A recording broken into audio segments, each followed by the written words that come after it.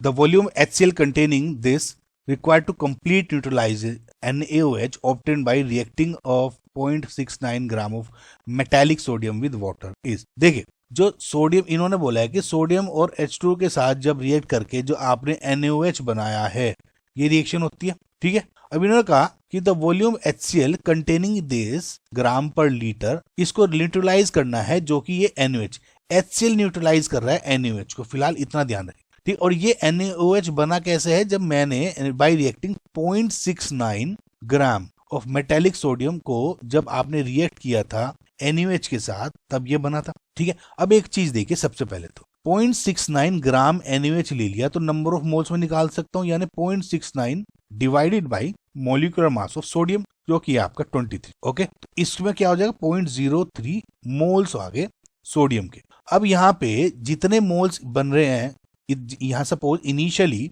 यहाँ पे कुछ नहीं थी, जब काफी पूरी की पूरी रिएक्शन हो गई फॉर एग्जांपल तो यहाँ 0 बचा, तो मैं कह सकता हूं कि 0.03 मोल्स ही बने होंगे NaOH, क्योंकि यहाँ पे कोई स्टोइकोमेट्रिक कोएफिशिएंट क्या है, सिर्फ 1 है। तो फिलहाल इससे मुझे ये पता लग गया कि जो NaOH है मेरा वो है 0.03 मोल्स। नाउ अगर आपको इतना समझ में आ गया कि NaOH आपको 0.03 मोल्स है, अब न्यूट्रलाइजेशन देखिए। इन ऑर्डर टू न्यूट्रलाइज जो HCl होगा NaOH को, जो इसके इक्विवेलेंट है should be equal to NaOH के इक्विवेलेंट, वो क्या हो जाएगा number of moles of HCl into valency factor of HCl equals to number of moles of NaOH into valency factor of NaOH।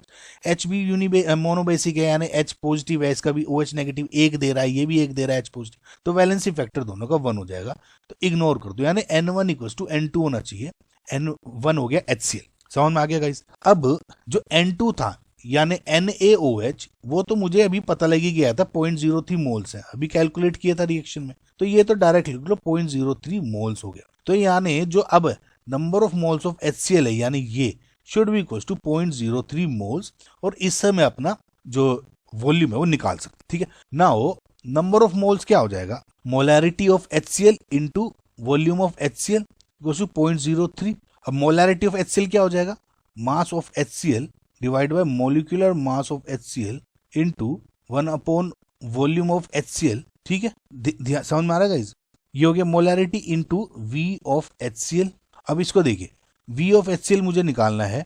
अब फिलहाल जो HCl है वो दिया हुआ है 73 ग्राम पर लीटर, इसकी मास कंसंट्रेशन दी है, तो एक तरह से मुझको ये दी हुई है, गौर से देखिएगा गाइस, ग्राम पर लीटर ये दिया हुआ है मुझे, है ना। तो मैं इसको डायरेक्ट लिख लूं, तो यानी 73 ग्राम पर लीटर, तो ये हो गया। मॉलिक्यूलर मास क्या हो जाएगा HCl का 36.5, निकाल लेंगे आप HCl का, ठीक है। 36.5 क्या हो जाएगा ग्राम पर मोल, ये ध्यान से देखना गाइस, 73 होगा ग्राम पर लीटर, ये मॉलिक्यूलर मास क्या होगा 36.5 ग्राम पर मोल, ठीक है, multiply by V of HCl equals to हो गया 0.03 मोल्स। तो ये मोल से मोल कट गया, ग्राम से ग्राम कट गया, ठीक है। तो ये VHCl क्या आ जाएगा यहाँ से 0.03 मल्टीप्लाई बाय ये 36.5 लीटर, और यहाँ पे आ गया 73। समझ में आएगा इस। और जब इस पूरे को आप सोल्व करते हो तो V of HCl equal to हो जाएगा आपका 0.015 लीटर, और पूछा हुआ है ml में यानी 15 ml, तो करेक्ट आंसर क्या हो गया 15 ml। तो आई होप गाइज आपको जो क्वेश्चन है समझ में आया होगा।